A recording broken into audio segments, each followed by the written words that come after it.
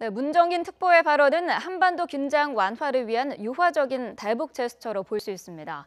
하지만 우리의 이런 선의를 북한이 받아들일지 또 북한과의 대화 조건이 각기 다른 관련국들을 어떻게 설득시켜야 할지도 넘어야 할 장애물로 꼽히고 있습니다. 김주환 기자입니다. 한미 두 나라가 연례적으로 벌이고 있는 합동군사연습은 순수 방어 개념의 훈련입니다. 그럼에도 북한이 북침을 위한 사전훈련이라며 예민하게 반응하자 북한을 대화 테이블로 끌어내기 위한 유인책으로 지난 1992년 한 차례 훈련을 중단한 적이 있습니다. 당시 미국은 훈련의 일시적 중단 명분으로 한반도 비핵화 공동선언과 북미 합의 등을 내세웠습니다. 그렇지만 당시 북한은 이 선의를 받아들이지 않았습니다. 오히려 북한은 국제원자력기구 IAEA 사찰단의 접근을 막고 핵확산 금지 조약 NPT를 탈퇴하겠다고 위협했습니다.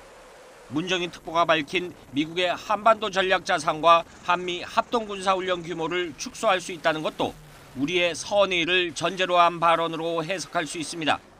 우리 입장에서는 뭐 천안함 사건이 있고 연평도 포격 사건이 있으니까 뭐 그럴 수는 있겠지만은 이런 것들이 한반도의 긴장을 증폭을 시키고 북한이 대응 체제라고 하는 것을 상당히 강화시켜 버리는 게 있거든요.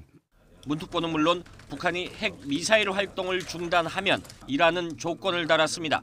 관건은 이런 제안을 한다고 하더라도 북한이 대화에 나설지 미지수라는 점입니다. 북한의 대화 조건은 비핵화가 아닌 전 세계 핵 보유국들이 한자리에 모여 핵 군축을 논의하자는 겁니다. 미국의 대화 조건은 비핵화입니다. 그것도 완전하고 검증 가능하며 돌이킬 수 없는 핵 폐기, 이른바 CVID 원칙에 따라야 한다는 겁니다.